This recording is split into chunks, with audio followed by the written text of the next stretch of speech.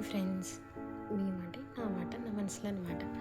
చూడండి ఫ్రెండ్స్, నాకు ఇంకొక విషయం అర్థం కాదు. ఏంటంటే ఆడపిల్లలు ఇంట్లోనే ఉండాలా?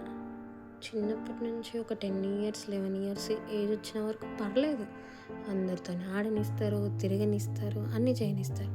అదే ఒక 11 12 అయ్యి ఆ అమ్మాయి మెచ్యూర్ అయింది అనుకోండి, చుక్కలు చూపిస్తారండి కొంతమంది చాదస్తులు. వాళ్ళు బయటికి వెళ్తే చూపు, అటు వెళ్తే చూపు, ఏదన్నా బయట ఆడుకుంటే ఎవరితోనైనా చూపు.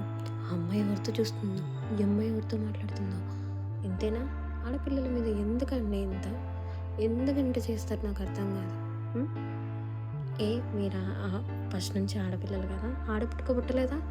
ఎందుకంత మాటలు ఎందుకు? సీసీ కెమెరాలండి. ఇటు చూసి ఒక అమ్మాయి పెద్ద మనిషి అయ్యి బయటికి వెళ్ళగానే సీసీ కెమెరాలు. ఆ అరుగు మీద కూర్చొని చూడడం, ఈ అరుగు మీద కూర్చొని చూడడం. ఆ అమ్మాయి ఏం చేస్తుంది, ఈ అమ్మాయి ఏం చేస్తుంది, ఇంట్లో నుంచి బయటకు వెళ్తుంది, బయట నుంచి ఎటు వెళ్తుంది.